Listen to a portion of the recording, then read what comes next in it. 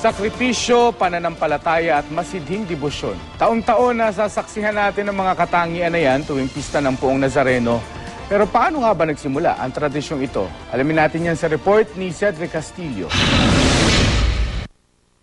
Sa Acapulco, Mexico, ginawa ng isang karpintero ang Padre Nuestro Nazareno noong taong 1606. Sinakay ito sa isang galyon na pamaynila, dala ng Praileng Augustinian. Sa gitna ng biyahe, nasunog ang barko. Pero ang ikinagulat ng mga nakasakay, hindi naglaho ang imahen at sa halip ay nangitim lang ito.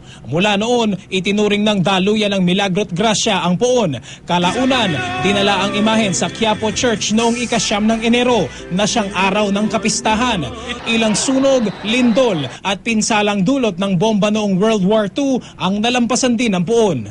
Sinasabi na lumakas daw yung, isa sa pananaw, no? Lumakas yung debosyon sa panahon ng Nazareno ay post-war, after ng digmaan, na maraming naghirap. At dahil maghirap, di ba, yung buhay ng karaniwang tao, yung buhay ng mga Pilipino ay mahirap talaga. So kinailangan nila ng kakapitan para magpatuloy. Siguro doon din may iugnay yung paglakas ng pananampalataya nila.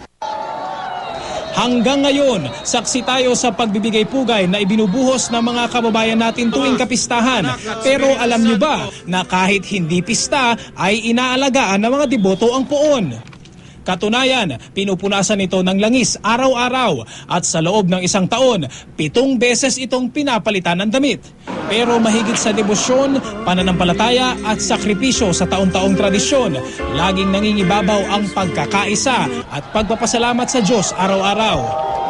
Ito'y nanggagaling sa kaloob-looban ng isang deboto na nais makiisa sa paghihirap at sakripisyo na ating Panginoon at nais magpasalamat sa kanya mabiyaya. Kung tutuusin, ang sinasamba talaga ay hindi naman yung totem. No? Kung hindi, ang sineselebrate yung pagkakaisa, yung solidarity, o yung pagkakaisa ng mga mamamayan na tayong lahat ay nagsasakripisyo, tayong lahat ay nakakaranas ng hirap, at tayong lahat may aspirasyon na isalba natin ang ating mga sarili dito. Milyon-milyong deboto. Milyon-milyong mukha ng sakripisyo. Lahat ng yan nagpapakita ng masidhing debosyon sa paggunita sa pista ng Poong Nazareno. Yung presensya ng itim na Nazareno, kung ano yung sinisimbolo niya, no, yung passion, yung kamatayan ni Kristo, no, ay simbolo rin siya ng kwento ng mga tao, yung pakikibaka sa buhay at yung hahantungan ng lahat ng mga tao, yung kamatayan.